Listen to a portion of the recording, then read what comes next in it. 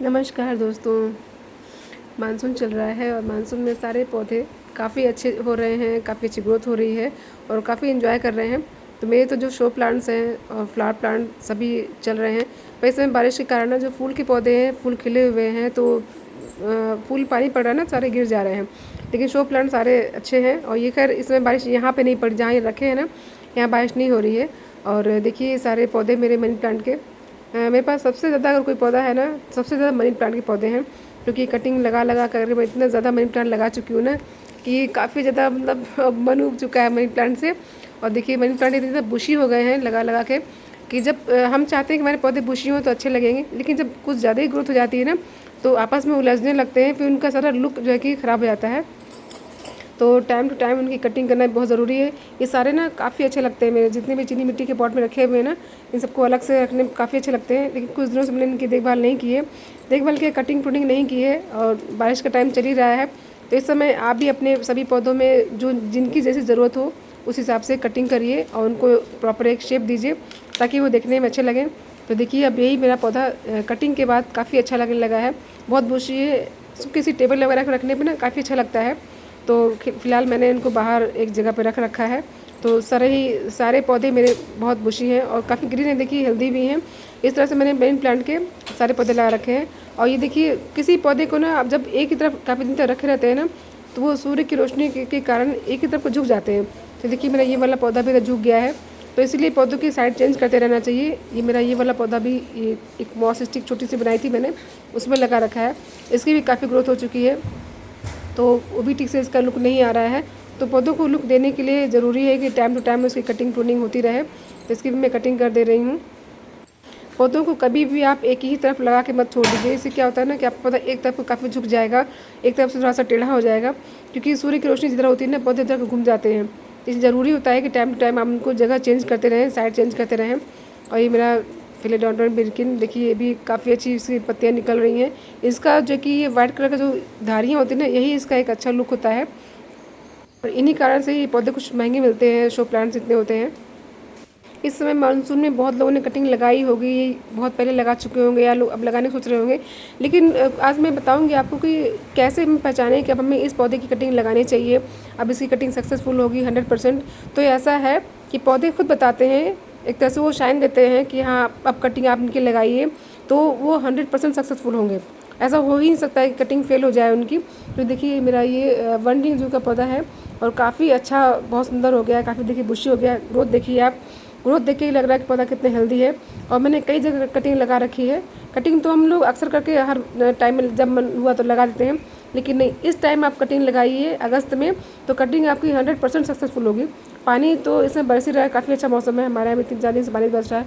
ये देखिए जितने भी नोड एरिया होते हैं ना वनडिंग जू के, उन सब के पास जड़ें निकलने लगती हैं। आप ध्यान से देखेंगे शायद आपको दिख रहा होगा कि हर एक नोड एरिया के पास ना बहुत महीन महीन सी जड़ें निकल रही हैं।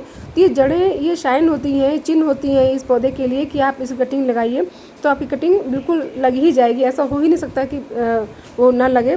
तो कटिंग लगा कभी भी बारिश में मत रखिए। कटिंग लगाने के बाद उसको ऐसी जगह रखिए जहाँ बारिश का पानी ना पड़े, ताकि आपकी कटिंग हिलेगी नहीं। उसी तरह से देखिए मनी प्लांट का पौधा भी है। मनी प्लांट में देखिए जड़ें इतनी तेज़ी से बढ़ रही हैं कि देखिए वाइट वाइट सा हो रहा है और ब्राउन मतलब बहुत तेज़ी से हो रही है। जब जड़ें निकलती हैं उसके 3-4 दिन बाद देखिए ना तो काफ़ी बड़ी जड़ें हो जाती हैं। तो ये भी शाइन होता है पौधों में कि आप कटिंग लगाइए तो लगती हैं। और हर एक पौधे में जो भी कटिंग्स लगाने वाले पौधे हैं, देखिए ये मेरा ब्रोकन हार्ट, इसमें मैं आपको दिखाती हूँ कि इसमें भी ना हर एक नोड एरिया के पास से, हर एक पत्ती के पास से ना देखिए इस तरह से जड़ें निकल रही हैं, बहुत छोटी सी और बहुत तेज़ी से बढ़ रही हैं। और कुछ जड़ें तो इतनी लंबी हो चुकी है 3-4 दिन में ही बढ़ करके कि मतलब ये देखिए मैं दिखाऊँ आपको। ये देखिए अभी मैंने 2-3 दिन पहले देखा था, बहुत छोटी सी थी और अब देखिए कितनी बड़ी बड़ी हो गई हैं। तो ये पौधे शाइन देते हैं कि हाँ आप कटिंग लगाइए। इस समय ये कटिंग के लिए पूरी तरह से तैयार हैं। तो अगस्त का महीना सबसे अच्छा होता है कटिंग लगाने के लिए और मैं भी कुछ पौधों की कटिंग लगाऊंगी आज। तो कटिंग इस समय लगाइए। और सबसे बड़ी बात यह है कि मौसम इतना मतलब बहुत तेज़ धूप भी नहीं होती है, काफ़ी अच्छा मौसम होता है। और इस समय देखिए बारिश हो ही रही है, तो इस होती हुई बारिश में ही कटिंग लगाइए तो ज़्यादा अच्छे से चल जाती है कटिंग। ऐसा नहीं है कि धूप निकली हुई है और आप बारिश में कटिंग मतलब लगाएं उस समय तो पता चल जाए आपका।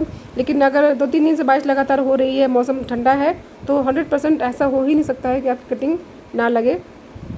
और कभी कभी तो हम जब कटिंग लगाने की तैयारी करते हैं तो हम उसकी पहले से सॉइल मिक्सचर वगैरह या पॉट वगैरह तैयार कर लेते हैं कटिंग लगाने के लिए। लेकिन हमेशा ऐसा नहीं हो पाता है कि आप जो कि पॉट वगैरह तैयार रखें कटिंग लगाने के लिए। तो आज देखिए मैं इस फाइकस के पौधे की भी कटिंग करूँगी और लगाऊंगी। और इसमें मैं दिखा रही हूँ आपको कि ये पौधा भी दिखा रहा है कि आप इसकी कटिंग लगाइए। देखिए इसमें भी ना जड़ें निकलने आई हैं, देखिए लंबी सी जड़ दिख रही है लटकती हुई, और काफ़ी ज़्यादा बुशी हो गया है। ये देखिए यहाँ से जड़ दिख रही है और कई जगह से और जड़ें निकली हुई हैं। तो ये भी एक तरह से ये दिखा ही रहा है कि हाँ कटिंग के लिए तैयार है। तो काफ़ी ज़्यादा बुशी हो गया है और ये मेरा पौधा ना 2-3 साल का, लगभग 3 साल का हो चुका है, तो काफ़ी बुशी हो गया है। तो इसको मैं एक शेप दे रही हूँ इस तरह का, ताकि 3 पार्ट में गुच्छे गुच्छे में है ये। तो मैं इसकी 2-3 बार कटिंग कर चुकी हूँ, इस बार और कटिंग कर रही हूँ ताकि इसका जो लुक है वो बना रहे और बहुत ज़्यादा घना ना होने पाए। तो टाइम ज़रूरी है सब काम करना पौधों में।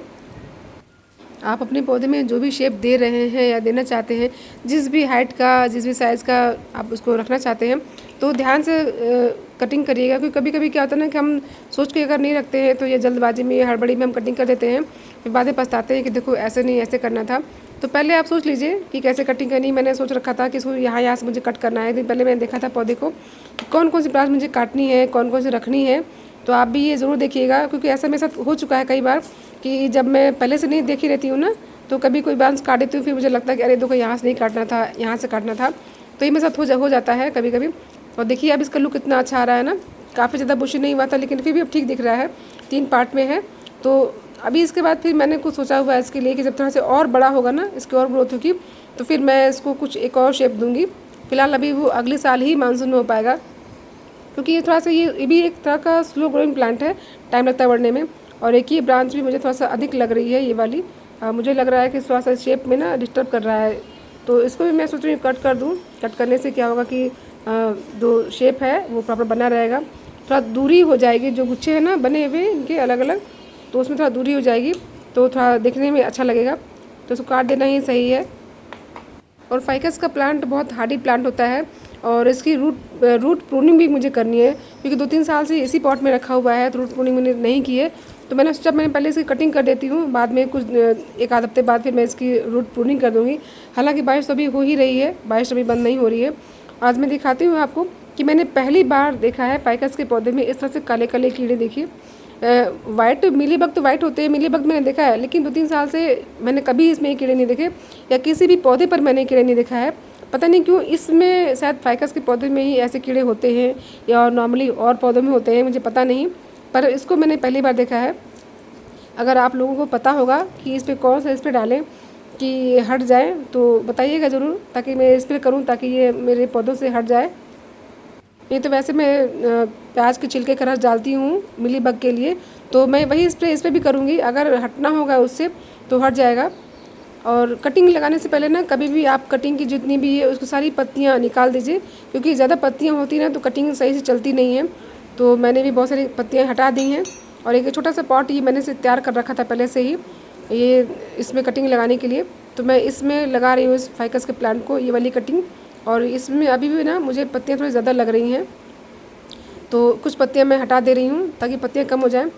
जब कटिंग लगाइए कोई भी तो पत्तियाँ कम होनी चाहिए, तभी हमारा पौधा अच्छे से सेट होता है पॉट में और जड़ें आती हैं। क्योंकि पोषण जो होता है ना वो जड़ों को जाता है, स्टेम को जाता है, पत्तियों को नहीं जाता है।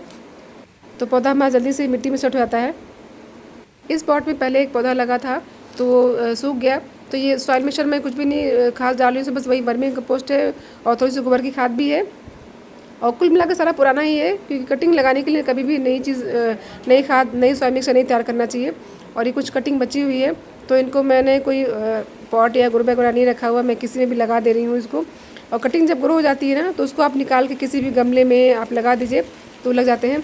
तो इन पौधों में, गमलों में ना थोड़ा सा जगह खाली थी तो मैंने इनको लगा दिया है ताकि वो लग जाए। वैसे ये जो ग्रो बैग होते हैं ना इनको मैं फेंकती नहीं हूँ, इकट्ठा कर लेती हूँ, फिर मिट्टी वगैरह डाल करके तैयार कर लेती हूँ कटिंग लगाने के लिए। लेकिन फ़िलहाल बारिश हो रही है अभी कंटिन्यू कई दिनों से हमारे यहाँ, तो मैं इसको तैयार नहीं कर पाई ग्रो बैग को, इसीलिए मैं किसी भी गमले में लगा दे रही हूँ। और अब मैं ब्रोकन हार्ट की भी कटिंग करने जा रही हूँ और उसको भी लगाऊंगी। तो कुछ गमलों में लगा दूँ इनको भी, क्योंकि काफ़ी देर मैं सोच रही थी कटिंग लाने के लिए पर लग नहीं पा रही थी। मैं इसी मौसम का, इसी टाइम का इंतज़ार कर रही थी कि जड़ें जल्दी से बढ़ने का टाइम आ जाए ताकि मैं कटिंग लगाऊँ तो जल्दी से बढ़ जाए। तो ब्रोकन हार्ट की कटिंग लगानी ज़रूरी नहीं कि आप एक बहुत लंबी सी ब्रांच ले लें और उसको आप लगाएं। बहुत छोटी छोटी सी नोड एरिया पत्ती वाले लेकर के काटिए उसको, और कट करने के बाद जड़ सहित आप लगा दीजिए।